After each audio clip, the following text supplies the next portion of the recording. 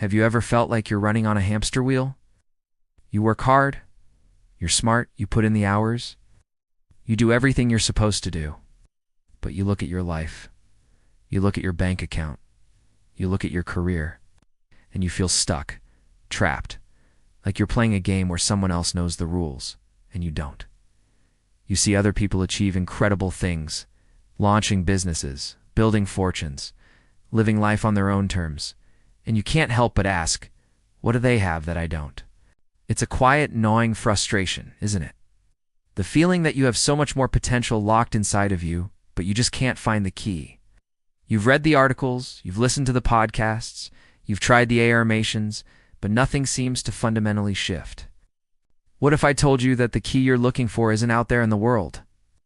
It isn't in a new job, a lucky break, or a government handout. What if I told you the key has been inside you this entire time? What if the one thing separating you from the life you dream of? It's not your circumstances, not your education, not your background, but a simple, fundamental misunderstanding of how to use the most powerful tool in the universe, your own mind. What if you could learn the exact, step-by-step formula that the world's most successful people have used for over a century to transform their thoughts into massive, tangible wealth and achievement? Not a theory, not a philosophy, a formula, a blueprint. Today, we're not just going to talk about that formula. We are going to install it directly into your mental operating system. So, turn off your distractions. Close the other tabs. Because the next hour could redefine the rest of your life. The blueprint I'm talking about is contained within the pages of a single book. A book that has been called dangerous by some and miraculous by others. A book that has created more millionaires and titans of industry than any other business book ever written. I'm talking about Think and Grow Rich by Napoleon Hill. But let's be very clear. This is not a book review. We are not going to simply read this book. Reading is passive. Today, we are going to activate it. Napoleon Hill didn't just write this book. He was on a mission. It's commissioned by the legendary industrialist Andrew Carnegie, the richest man in the world at the time. Hill spent over 20 years of his life studying the 500 most successful people on the planet. He interviewed Henry Ford, Thomas Edison, John D. Rockefeller, Theodore Roosevelt, giants of industry and innovation. Carnegie's challenge to Hill was simple. The world needs a philosophy of achievement. Distill the exact principles these men used to acquire their great fortunes and organize it into a course that even a child could understand. This book is the result of that 20-year quest. It is the master key. It's the secret operating manual for the human mind that you were never given in school. It's not about wishing for money. It's about understanding that your mind is a creative instrument. It's a factory that can turn intangible thought impulses into physical reality, whether that's a business empire, a groundbreaking invention, or a life of profound purpose. The principles in this book are as timeless and as fundamental as the law of gravity. They worked 100 years ago, and they work even more powerfully today, in a world where your ideas can reach millions in an instant. We're going to break down the entire philosophy, piece by piece. We are going to deconstruct and then rebuild your entire approach to success. Here is the path we will walk together. Chapter 1. Introduction. Chapter 2. Desire, the starting point of all achievement. Chapter 3. Faith, visualization of and belief in attainment of desire. Chapter 4. Autosuggestion, the medium for influencing the subconscious mind. Chapter 5. Specialized knowledge, personal experiences or observations. Chapter 6. Imagination, the workshop of the mind. Chapter 7. Organized planning, the crystallization of desire into action. Chapter 8. Decision, the mastery of procrastination. Chapter 9. Persistence, the sustained effort necessary to induce faith. Chapter 10. Power of the mastermind, the driving force. Chapter 11. The mystery of sex transmutation. Chapter 12. The subconscious mind, the connecting link. Chapter 13. The brain, a broadcasting and receiving station for thought. Chapter 14. The sixth sense, the door to the temple of wisdom. Chapter 15. How to outwit the 6 ghosts of fear. Let's begin this journey to rewire your mind for wealth, for for power, and for purpose. One chapter at a time. Chapter 1. Introduction. The first most crucial idea you must accept is this: thoughts are things. Let me repeat that. Thoughts are things. They are tangible forces. Every skyscraper, every smartphone, every piece of art, every fortune ever built began as an intangible, invisible thought in a human mind. The book opens with the story of Edwin C. Barnes. Barnes had one all-consuming thought: to become the business associate of the great inventor, Thomas Edison. He didn't know Edison, had no money to even pay his train fare to New Jersey. He had no connections. By all logical measures, his idea was a fantasy. But Barnes's thought wasn't a wish. It was a white-hot, burning obsession. He scraped together enough money to hop a freight train and showed up at Edison's laboratory, looking like a tramp. But Edison saw something in his eyes. He saw a man who had already made the decision. A man who had burned all his bridges and had no option for retreat. Edison gave him a menial job. For years, Barnes did work that had nothing to do with his goal. But he never wavered. In his mind, he was already Edison's partner. He was just waiting for the reality to catch up. His chance came when Edison invented a new device, a dictating machine. His salesmen didn't believe in it. They said it wouldn't sell. But Barnes saw its potential. He went to Edison and said, "I can sell this." And he did. Sold it so successfully that Edison gave him a contract to distribute and market it all over the nation. Out of that single partnership, Barnes made a fortune. He literally thought himself into a partnership with Thomas Edison. The motto he lived by was, "There is no such thing as an unfavorable break to a man who knows what he wants and is determined to get it." This is the central premise. Riches, success, achievement, they don't gravitate to those who wish for them. They gravitate to those who have a definite plan, who demand them, and who back that demand with unshakable persistence. Your brain can be magnetized with the dominant thoughts you hold in your mind. And by a law no one can explain, these magnets attract to you the forces, the people, the circumstances of life which harmonize with the nature of your dominating thoughts. Before we go any further, you have to accept this. You have to stop seeing your thoughts as fleeting, private little things that have no power. Your mind is a broadcasting station, and every thought you have is a signal you are sending out to the universe. The question is, what are you broadcasting? Chapter 2. Desire. The starting point of all achievement. What do you really want? And I don't mean what would be nice to have.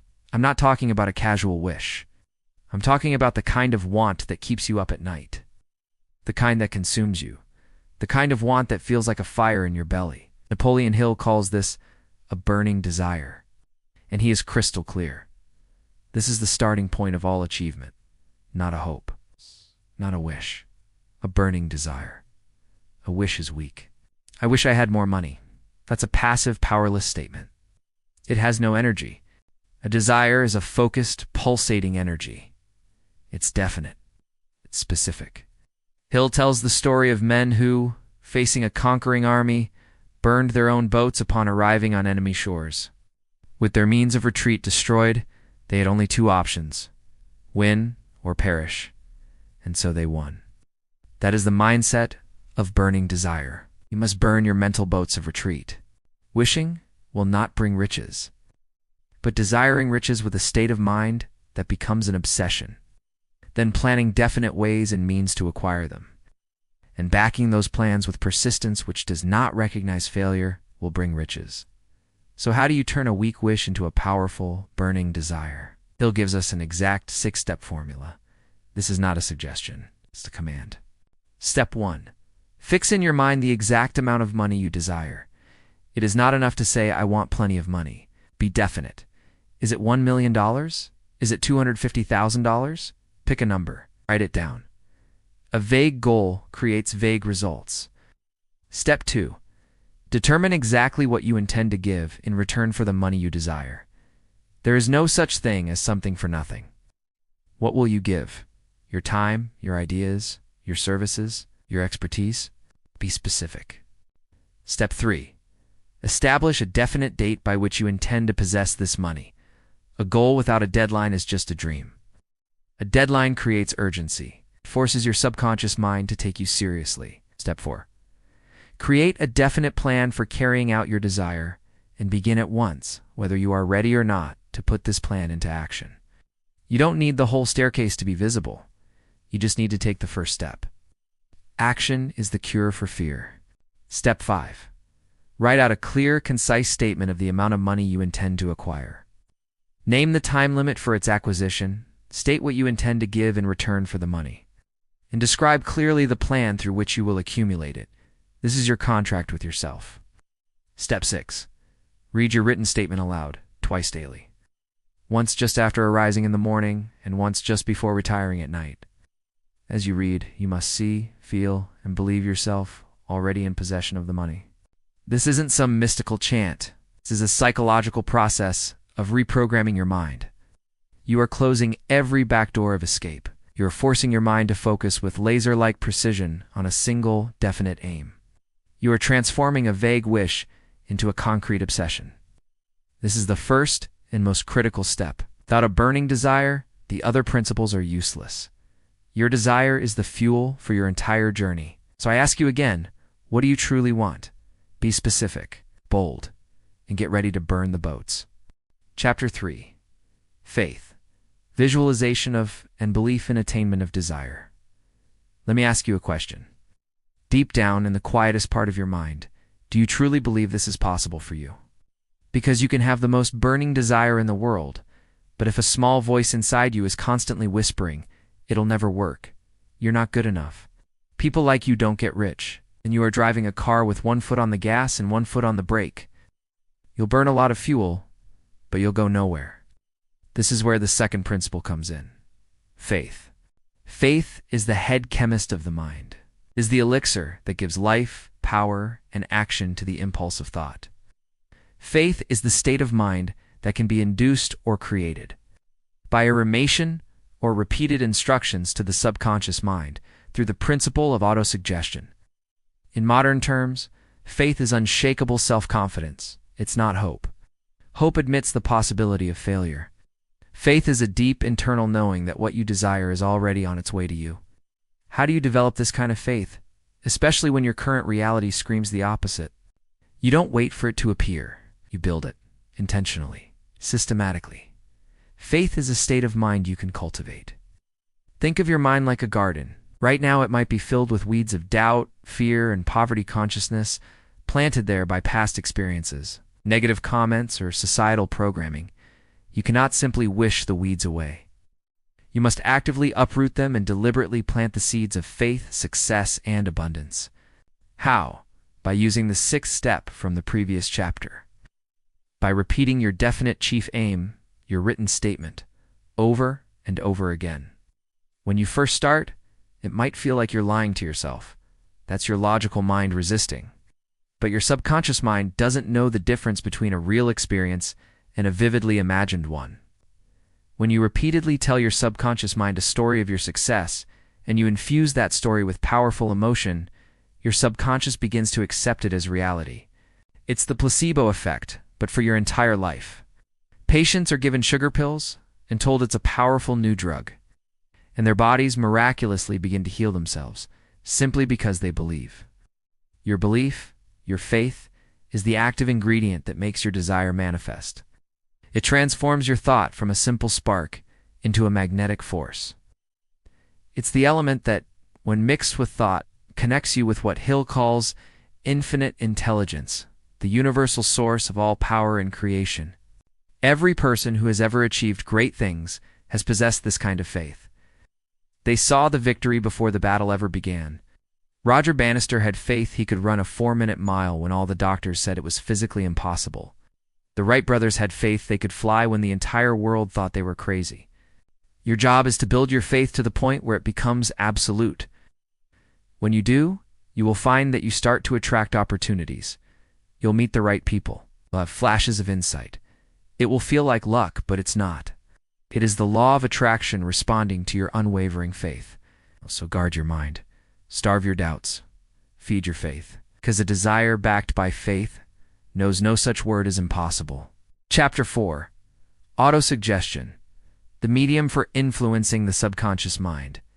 This is where we stop wishing and start programming. Autosuggestion is the control panel for your subconscious mind. It's the mechanism for feeding your faith and starving your fear. It's the bridge between your conscious mind and your subconscious mind. Think of your conscious mind as the captain of a ship. It can steer the wheel and give orders. But the subconscious mind is the engine room. It's the massive, powerful machinery below deck that actually moves the ship. It controls your heartbeat, your breathing, and all the automatic functions of your body. It also controls your habits, your intuition, and your connection to a higher power.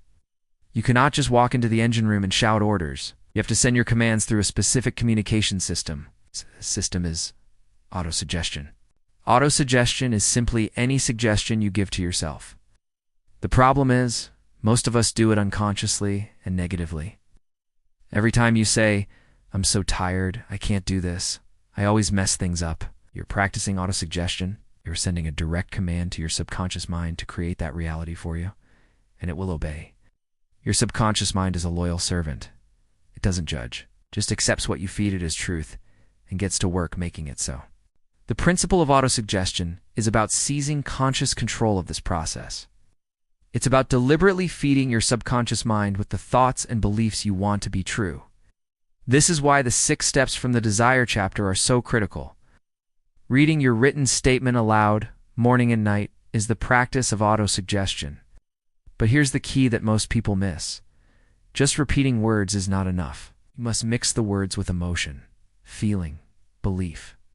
Your subconscious mind responds to thoughts that are charged with emotion. A thought that is emotionally neutral is like a dead seed. It won't grow. Thought that is supercharged with the feeling of faith, of excitement, of already having achieved it. It's a powerful living seed that will take root and grow into a magnificent tree. When you read your statement, don't just say the words. Feel the thrill of having that money in your bank account. Visualize yourself living the life that money will bring. Imagine the conversations you'll have, the things you'll do. Generate the feeling of gratitude as if it has already happened. This is the language the subconscious understands. It's the language of emotion. Think of it like setting a GPS. You don't just type in New York. You type in a specific address. That's your definite chief aim. But then, the GPS needs power to run and a satellite signal to connect. The power is your desire. The satellite signal is your faith. And the act of typing in the address and pressing go is autosuggestion. You are giving your internal guidance system a clear, emotionally charged destination. And once the destination is locked in, that system will work 24/7 behind the scenes to guide you there, prompting you to make the right turns, avoid the wrong ones, and find the most efficient route. Master this principle, and you master yourself. You become the programmer of your own reality, not just a character in a pre-written script. Chapter 5. Specialized knowledge, personal experiences, or observations. General knowledge will not make you rich. What will is specialized knowledge. This is a massive distinction. You're taught in school to accumulate a broad range of general knowledge. We learn a little bit about a lot of things. While that makes for an interesting person, it does not in itself attract wealth. Henry Ford was famously called an ignorant pacifist in a newspaper. He sued for libel. During the trial, the opposing lawyers tried to prove he was ignorant by asking him a barrage of general knowledge questions. Who was Benedict Arnold? How many soldiers did the British send over to suppress the rebellion of 1776? Ford, growing tired of this, finally pointed a finger at the lawyer and said, "If I should really want to answer the foolish question you have just asked, or any of the other questions you have been asking me, let me remind you that I have a row of electric push buttons on my desk. And by pushing the right button, I can summon to my aid men who can answer any question I desire to ask concerning the business to which I am devoting most of my efforts. Now, will you kindly tell me why I should clutter up my mind with general knowledge for the purpose of being able to answer questions when I have men around me who can supply any knowledge I require?" The courtroom erupted. Everyone present realized they were not in the presence of an ignorant man, but an educated one. An educated person is not one who has a head full of facts. An educated person is one who has so developed the faculties of their mind that they may acquire anything they want, or its equivalent, without violating the rights of others. The key is not what you know. It's your ability to acquire and apply specialized knowledge to a definite purpose. In today's world, this is more true than ever. You have the sum of all human knowledge in your pocket. General knowledge is a commodity. Specialized knowledge directed toward a clear goal is power. So the question is not, how much do I know? The question is, what specialized knowledge do I need to acquire to achieve my definite chief aim? Do you need to become an expert in digital marketing, in coding, in financial analysis, public speaking, in team leadership? Identify the knowledge you lack, then map out a plan to acquire it. This doesn't necessarily mean going back to school for another degree. Successful people are lifelong learners. They read books, take courses, attend seminars, and most importantly, they learn from their own experiences and the experiences of others. And here's a crucial point. You don't even have to possess all the specialized knowledge yourself. Like Henry Ford, you can form a mastermind group, which we'll discuss later, and surround yourself with people who have the knowledge you lack. Your power lies in your ability to organize this knowledge and direct it towards a specific end. Stop confusing schooling with education. Your formal schooling is just the beginning. Your real education starts the moment you decide on a definite purpose in life and begin to acquire the specialized knowledge needed to achieve it. What is the one skill, the one area of expertise that if you mastered it, would put you on the fast track to your goal? Identify it, and then become obsessed with learning everything you can about it. That is how you turn knowledge into a fortune. Chapter 6. Imagination, the workshop of the mind. Every skyscraper, every rocket ship, every billion-dollar company started in the same place. The imagination of a single human being. Imagination is the workshop of your mind. It is the faculty where all plans are created. The impulse, the desire, is given shape, form, and action through the aid of the imaginative faculty. You have been given a direct line to a creative force that can build worlds. But are you using it? Hill describes two forms of imagination. The first is synthetic imagination. This is the faculty you use most often. It doesn't create anything new. Instead, it arranges old concepts, ideas, or plans into new combinations. This is where most inventors work, combining existing principles and discoveries to create something novel. This is where you create your definite plans by arranging known ideas into a new strategy. The second, and more powerful form, is creative imagination. This is the faculty through which hunches and inspirations are received. It is the faculty that connects directly with infinite intelligence. It's the gut feeling, the flash of insight that comes out of nowhere and solves a problem that has stumped you for weeks. It is the source of all basic and new ideas.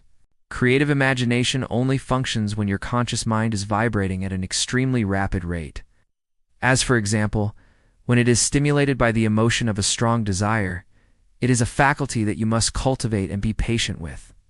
It does not work on command. It works when you have saturated your mind with your desire and with specialized knowledge, and then you let go. Think of it this way. Your synthetic imagination is like an architect drafting a blueprint using known principles of engineering and materials. Your creative imagination is like the flash of genius that inspires the entire ITer. Design in the first place, a design no one has ever conceived of before. The great leaders of business, industry, and finance are those who have mastered the use of both. They use their synthetic imagination to build detailed, practical plans, but they've learned how to tap into their creative imagination to solve impossible problems and see opportunities that no one else can see. The story of Asa Candler and Coca-Cola is a perfect example. A country doctor sold Candler a simple formula, written on a scrap of paper, for a few $100s. That formula was just an idea, an impulse of thought. But in Candler's imagination, he didn't see a simple syrup. He saw a global empire. He saw that distinctive bottle in the hands of every person on Earth. He used his synthetic imagination to create a plan for bottling, distribution, and marketing. He used his creative imagination to come up with one of the most brilliant marketing campaigns in history. The kettle and the formula were worthless until his imagination breathed life into them. The result? Fortune so vast it's hard to comprehend. Your ideas have that same potential. But an idea is useless until you process it through your imagination. Spend time in this workshop. Daydream constructively. Ask what-if questions. What if we combined this with that? What if we served this market in a new way?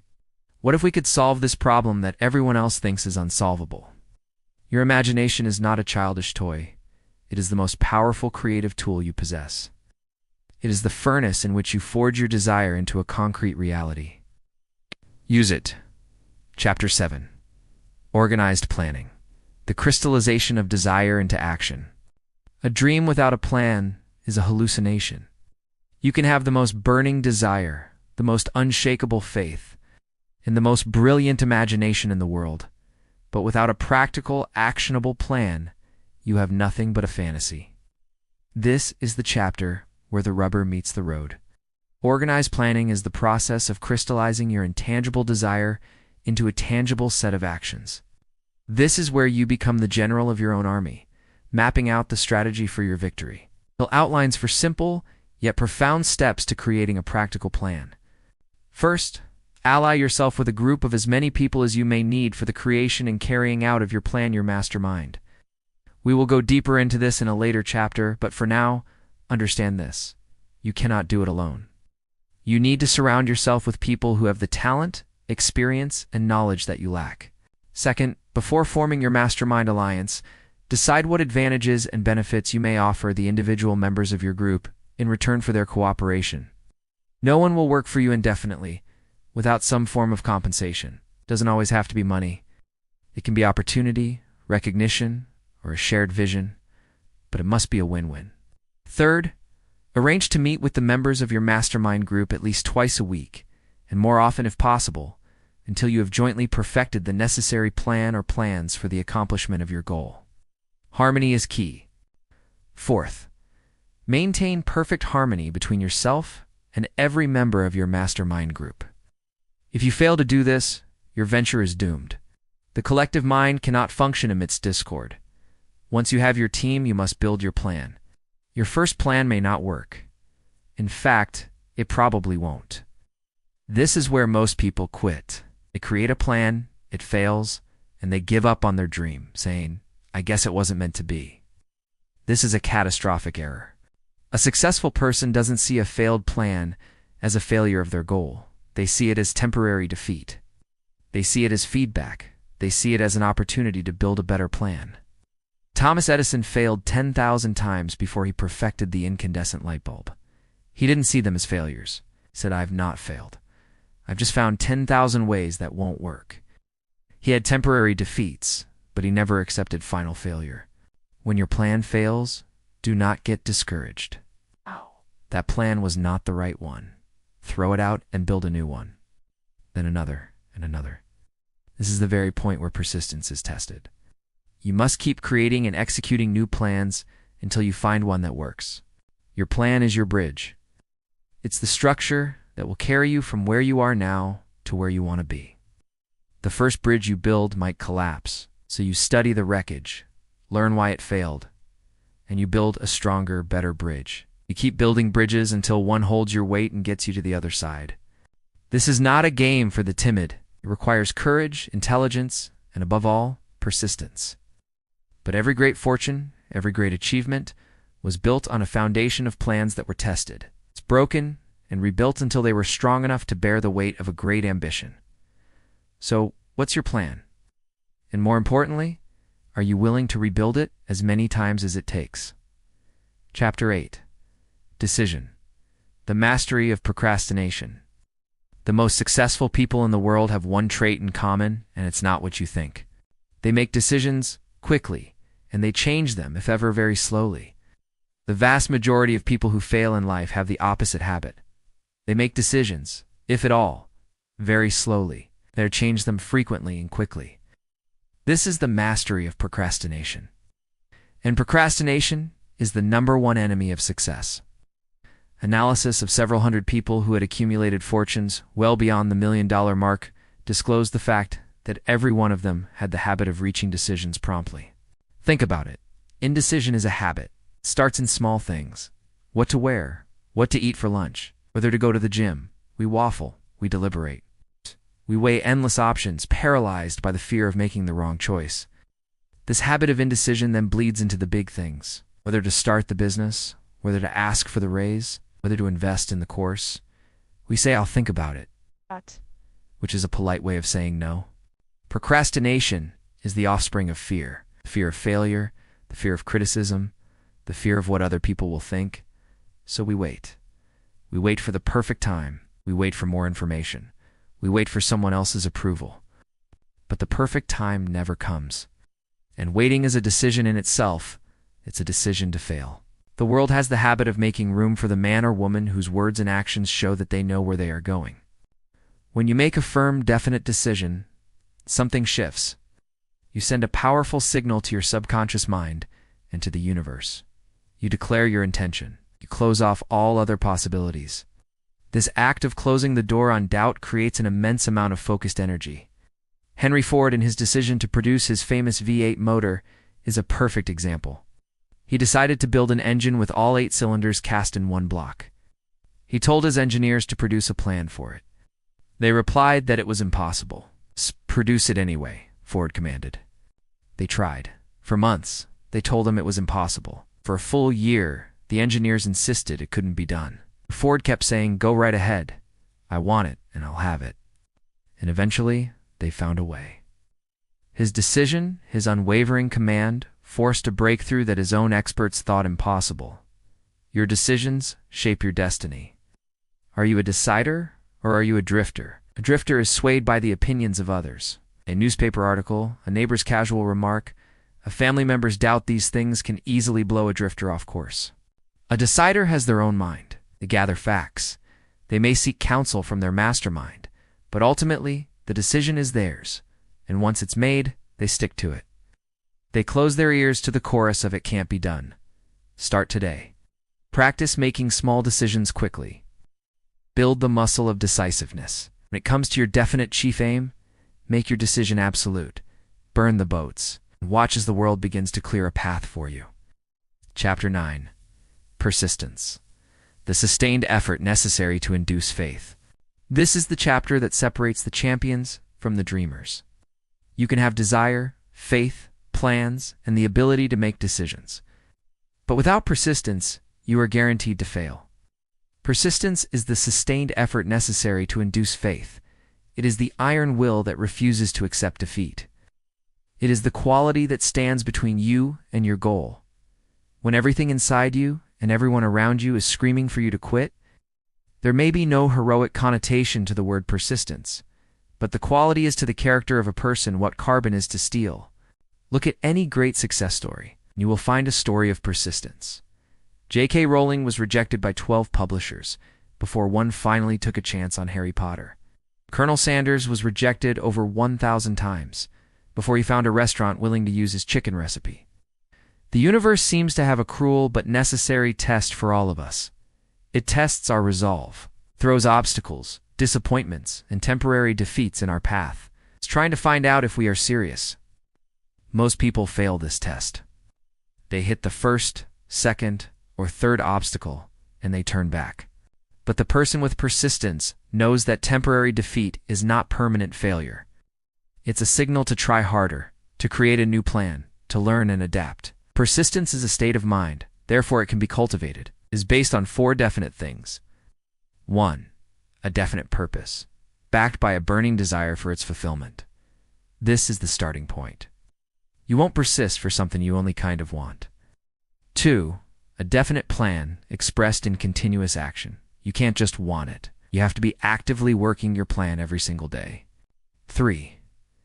A mind closed tightly against all negative and discouraging influences, including negative suggestions of relatives, friends, and acquaintances. Must build a fortress around your mind. For a friendly alliance with one or more persons who will encourage you to follow through with both your plan and your purpose. This is your mastermind, your personal board of directors who have your back. Think of persistence like water cutting through a mountain. Single drop of water has no effect. But millions of drops, falling consistently in the same spot over time, can carve a canyon. Your daily, consistent effort, no matter how small it seems, is that drop of water. Over time, it will wear down any obstacle. Poverty consciousness will voluntarily seize the mind which is not occupied with a money consciousness. Poverty is attracted to the person whose mind is favorable to it, while riches are attracted to the one whose mind has been deliberately prepared to attract them. Your persistence is the signal to your subconscious mind that you are not kidding. Every time you get knocked down and get back up, you are strengthening your faith. You are proving to yourself and to the universe that you are worthy of your goal. There is a strange and powerful phenomenon that happens to those who persist. Just when things seem at their worst, just when you're about to give up, the tide turns. A solution appears. An opportunity manifests. The door you've been pounding on finally swings open. It's as if the universe was just waiting to see if you would quit, and when you prove you won't, it rewards your tenacity. So, when you feel like giving up, remember this. The person who persists discovers that the old man failure finally becomes tired and makes his departure. Failure cannot cope with persistence. Chapter 10. Power of the Mastermind, the driving force. You cannot achieve massive success alone, period. This is a fundamental law. The idea of the self-made man or woman is a myth. Every single person who has achieved greatness has done so through the coordinated effort and knowledge of other people. This is the principle of the mastermind. Mastermind is not just a team. It's not just a network. It's the coordination of knowledge and effort in a spirit of harmony between two or more people for the attainment of a definite purpose. But here's the magic.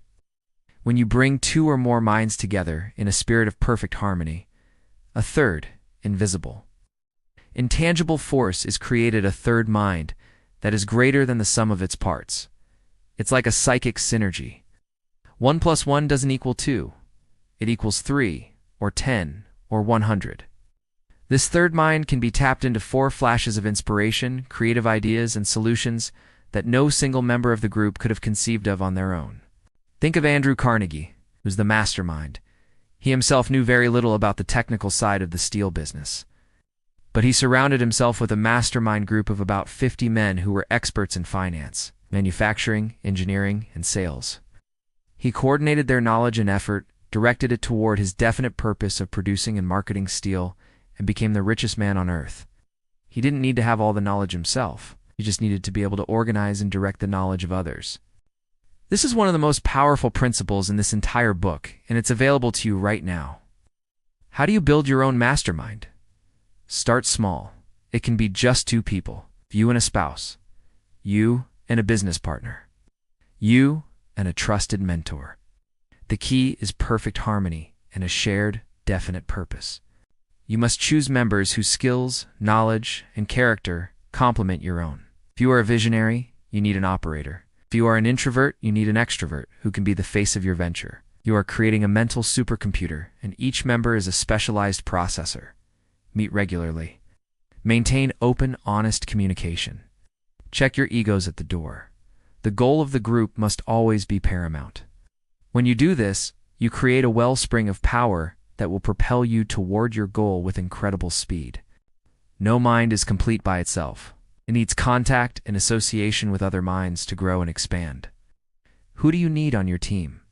Who has the skills you lack? Who shares your vision? Who can you provide value to in exchange for their participation? Start building your alliance today. 2 minds are infinitely better than 1. A powerful mastermind group is your personal success accelerator. It is the driving force that can turn your dreams into an empire. Chapter 11. The Mystery of Sex Transmutation. This is the most misunderstood, the most controversial, and perhaps the most powerful chapter in the entire book. And we're going to tackle it head-on. The word sex often carries a lot of baggage. But Napoleon Hill is not talking about the physical act itself. He is talking about the energy behind it. The emotion of sex is the most powerful of all human emotions. It is a primal, biological drive that has more power to motivate, to create, and to drive action than any other force. A man who's driven by this desire can develop keenness of imagination, courage, willpower, persistence, and creative ability unknown to him at other times. It is an irresistible force. The problem is, for most people, this powerful energy is only released through physical expression, and then it's gone. It's like a massive river that is allowed to flood the plains, a momentary release, followed by dissipation. Sex transmutation is the science of redirecting that river. It's about building a dam and channeling that immense power through the turbines of your creative imagination and your definite chief aim. Instead of flooding the plains, you are using that energy to power a city. Transmutation simply means the changing or transferring of one element or form of energy into another. The emotion of sex contains the secret of creative ability. When harnessed and redirected, this motivating force is capable of lifting men into that higher sphere of thought that enables them to master the sources of worry and petty annoyance which beset their pathway on the lower plane. Look at history. The most successful men, the greatest artists, leaders, and innovators were people with highly developed sexual natures, but they learned to transmute that energy. They channeled their passion, their charisma, their creative fire, not just into physical expression, but into their work, their art, their leadership. This is the energy that creates salesmanship. It's the magnetism that makes a great speaker captivating. It's the creative genius that allows an artist or inventor to tap into the stream of infinite intelligence. This is not a call for suppression or repression. That is damaging. This is a call for redirection, for channeling. When you feel that powerful creative energy welling up inside you, don't just dissipate it. Recognize it for what it is, the raw fuel of genius. Take that energy and pour it into your work. Pour it into solving a difficult problem. Pour it into a sales presentation. Pour it into writing your plan. You will find you have more stamina, more creativity, more persistence, and a magnetic quality that draws people and opportunities to you. This is the hidden power source that most people are completely unaware of. They are sitting on a Niagara Falls of creative energy and using it to power a light bulb.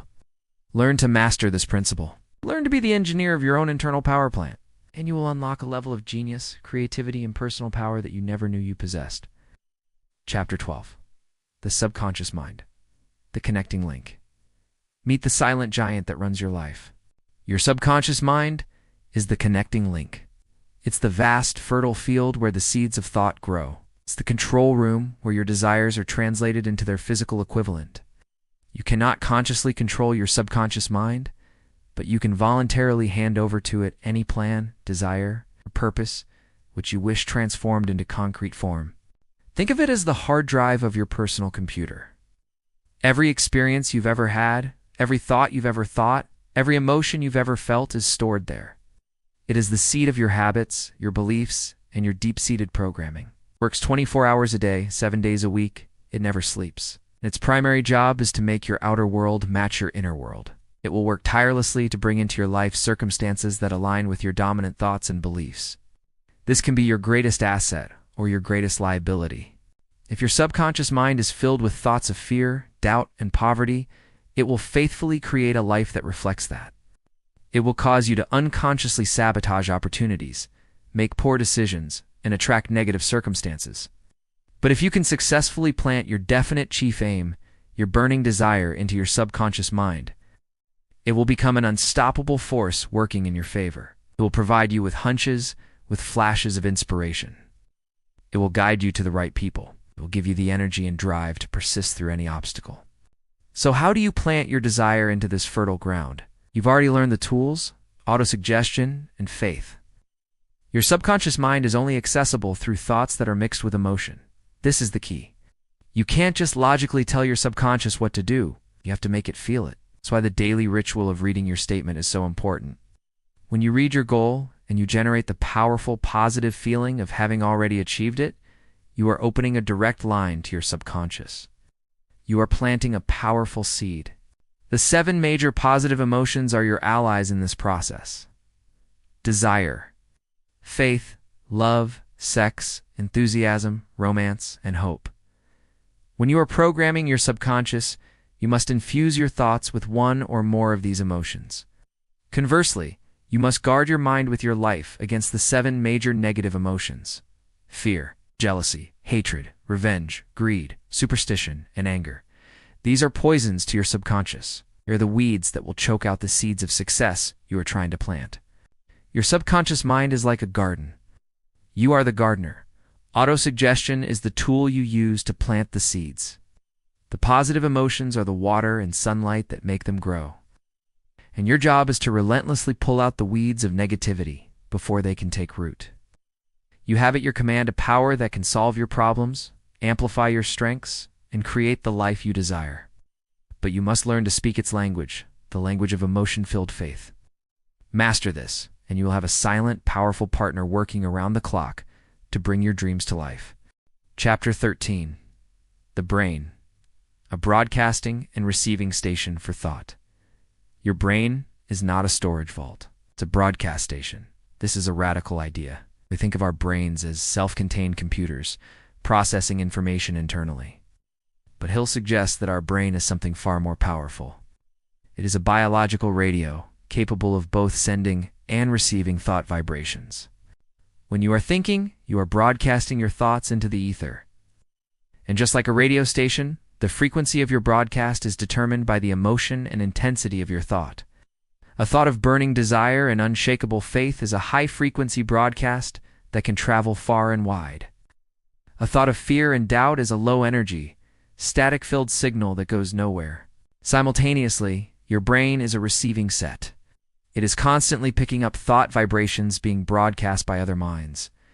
Have you ever had a great idea, only to find out someone else on the other side of the world just launched a business based on the exact same idea?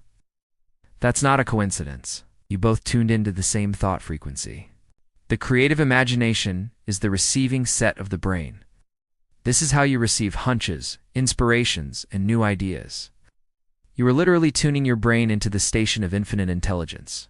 Your subconscious mind is the sending station. It takes your dominant thoughts, amplifies them with emotion, and broadcasts them out into the universe. This broadcast attracts to you the physical equivalent of your thoughts, the people, resources, and opportunities you need. The mastermind principle acts as an amplifier for this broadcasting and receiving process. When you bring multiple brains together in a spirit of harmony, you are not just adding their power together. You are creating a much larger, more powerful antenna. Your collective group can broadcast a much stronger signal, and it can receive signals from a much wider range of frequencies. This is why mastermind groups often come up with brilliant ideas that no single member could have conceived of alone. So what does this mean for you practically? It means you must become a conscious operator of your own broadcasting and receiving station. First, control your broadcast. Be intentional about the thoughts you are sending out. Are you broadcasting signals of success, confidence, and abundance? Or are you broadcasting static, fear, and lack? Your life right now is a perfect reflection of the signal you've been sending. To change your life, you must change your broadcast. Second, tune your receiver. To tap into creative ideas and inspiration, you need to elevate your own mental frequency. You can't hear the symphony of genius if your mind is tuned to the station of worry and petty grievances. You elevate your frequency through the positive emotions desire, faith, enthusiasm. This is why great ideas often come during moments of passion, intense focus, or deep meditation. You are walking around with a superpowered transceiver in your head. It is connected to a universal network of all knowledge in all minds. The question is, are you using it consciously? Or are you letting it be controlled by the random static of your environment? Take control of the station. Broadcast your desires with power and clarity. And tune your receiver to the frequency of genius. Chapter 14. The Sixth Sense. The Door to the Temple of Wisdom. We have now reached the pinnacle of the philosophy, at the capstone on the pyramid. The 13th principle is known as the Sixth Sense. This is the faculty that marks the difference between a genius and an ordinary individual. The Sixth Sense is that portion of the subconscious mind, which has been referred to as the creative imagination. It has also been referred to as the receiving set through which ideas, plans, and thoughts flash into the mind. These flashes are sometimes called hunches or inspirations. This is a power you cannot simply decide to use. It is a faculty that you can only develop and cultivate by mastering all of the 12 preceding principles. The sixth sense is your direct line to infinite intelligence. It is the ability to know things without any conscious process of reasoning. It's the gut feeling of an experienced CEO that a deal is right or wrong, even when the data says otherwise. It's the flash of insight a scientist has that solves a problem they've worked on for years. This is not some mystical woo-woo concept. It is the ultimate result of conditioning your mind. When you have a burning desire, unshakable faith, a definite plan you are persistently working, and a harmonious mastermind. You raise the vibration of your mind to such a high level that you become receptive to this higher intelligence. The sixth sense will warn you of impending dangers in time to avoid them, and notify you of opportunities in time to embrace them. It will guide you in making decisions, helping you to know what is right without needing all the facts. This is the guardian angel that successful people often talk about. It's not an external being. It is their own highly developed intuitive faculty, born from the mastery of these principles. You cannot force the sixth sense to work. It comes on its own, often when you least expect it, in the shower, on a walk just as you're falling asleep. It is the result of saturating your mind with your purpose and then letting go. This is the ultimate goal of this entire philosophy, not just to acquire riches, but to develop yourself to the point where you are a clear channel for wisdom, creativity, and intuition. To reach a state where you are guided by a power far greater than your own limited intellect. To the person who has not mastered the other principles, this chapter will seem abstract and impractical. But to you who has walked this path chapter by chapter, you should begin to feel its truth. You have already felt flashes of it, gut feeling about a person, a sudden idea for your business, a moment of clarity where everything just clicks. Your job now is to continue to practice and master the first 12 principles. As you do, you will find that your sixth sense becomes stronger, more reliable, and more frequent. We'll begin to operate on a different plane of existence. We'll see things others don't see, know things others don't know, and achieve things others believe to be impossible. This is the door to the temple of wisdom. The key is in your hands. Chapter 15. How to outwit the 6 ghosts of fear.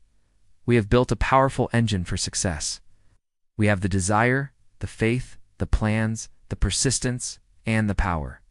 But even the most powerful car in the world will go nowhere if the emergency brake is on. And for most people, the emergency brake is fear. Before you can put this entire philosophy into permanent, successful use, your mind must be prepared to receive it. And that preparation involves clearing out the 6 basic fears that are holding you hostage. These are the ghosts that haunt the corridors of your mind, sabotaging your efforts at every turn. To win the battle for success, you must identify, confront, and conquer these 6 ghosts. Let's name them. The first ghost, the fear of poverty. This is the most destructive of all fears. It paralyzes reason, destroys imagination, and undermines persistence. It's the voice that says, "What if I lose everything? What if I fail and end up on the street?" It leads to indecision, doubt, and worry. You conquer it with a burning desire for riches, backed by a definite plan. The second ghost, the fear of criticism. This is the fear of what will they think. It robs you of your individuality and your initiative. It's why people stay in jobs they hate and fail to voice their own ideas. It's why you don't start the business, because you're afraid your family and friends will think you're crazy.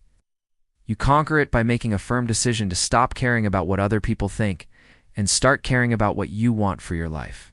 The third ghost, the fear of ill health.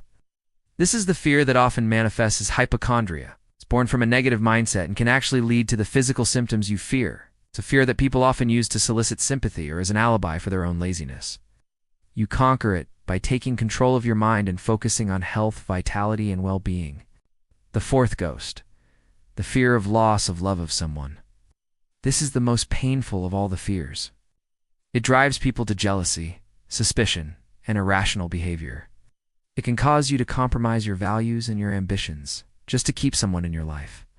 You conquer it by developing self-love and self-reliance, understanding that your worth is not dependent on another person's affection. The fifth ghost, the fear of old age.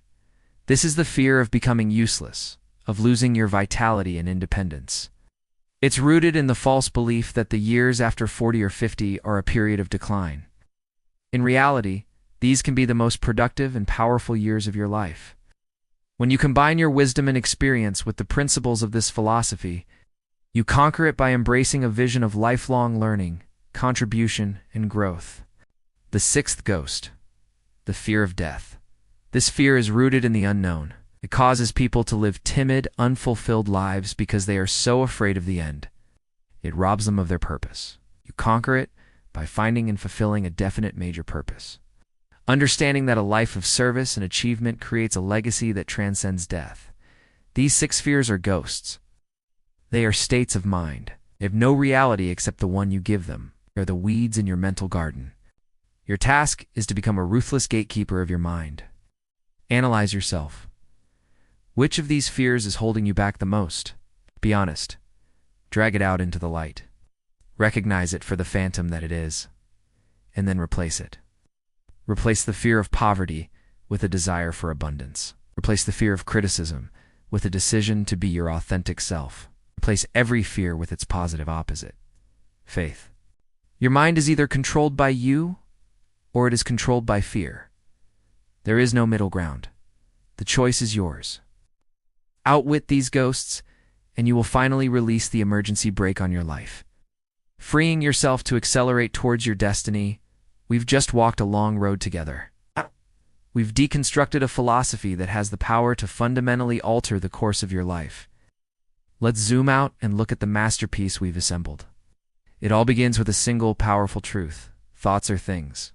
Your mind is not just a passive observer of reality. It is an active creator of it. The world you see around you, your circumstances, your bank account, your relationships, they are all a direct reflection of your dominant thoughts. To change your world, you must first change your thoughts, and not just by wishing, but by engineering your mindset with the precision of a master architect. You start with a burning desire, definite, specific goal that sets your soul on fire. You fuel that desire with unshakable faith, a deep internal knowing that its attainment is not just possible, but inevitable. You program that faith into your subconscious mind through autosuggestion, the deliberate, emotionally charged repetition of your aim. You gather the necessary specialized knowledge, not just random facts, but the specific expertise required to win. You shape that knowledge into a blueprint within the workshop of your imagination. You crystallize that blueprint into tangible steps with organized planning, understanding that temporary defeat is just feedback to build a better plan. You ignite action with the power of quick, firm decision, conquering the demon of procrastination. You sustain that action through any storm with unwavering persistence, the quality that separates the winners from the wishers. You amplify your power exponentially by forming a mastermind, understanding that no great achievement happens alone. You fuel your creative genius by learning to transmute your most powerful emotional energies. And through it all, you learn to command your subconscious mind, your silent partner in creation, and use your brain as a powerful broadcasting and receiving station for thought. When you master these, you unlock your sixth sense, your direct line to infinite intelligence, the source of all true genius. And finally, you clear the path by conquering the 6 ghosts of fear, releasing the brakes that have held you back your entire life. This is not a collection of motivational quotes. This is a system, a formula, a blueprint for a life of power, purpose, and abundance. The principles in this book are not magic. They are the laws of the mind, as real and as dependable as the laws of physics. They are available to anyone, regardless of their background, their education, or their current circumstances. The key is in your hands, but a key is useless until it is turned in the lock. The question is no longer if these principles work. The question is no longer, can you do this? It's the only question that remains is, will you? Will you do the work? Will you define your desire? Write down your statement, build your plan, and persist in the face of defeat. Will you stand guard at the door of your mind and refuse to let fear and doubt take root? The potential that lies within you is staggering. It is limitless. This philosophy is the tool to unlock it. My challenge to you is simple. Don't just let this be an interesting video you watched. Choose one principle, just one, and apply it starting today.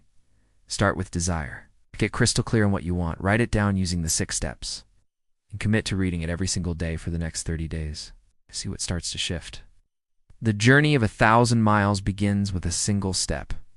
You've just been given the map. Now it's time to walk the path. Let me know in the comments which one of these 13 principles hit you the hardest. Which one felt like the missing piece you've been searching for? I read every single one. If this journey resonated with you, if you feel that shift happening inside, then you know what to do. Join us. Subscribe and become part of a community dedicated to decoding the blueprints of success and building lives of meaning and power. Your new life begins with your next thought. Make it a powerful one.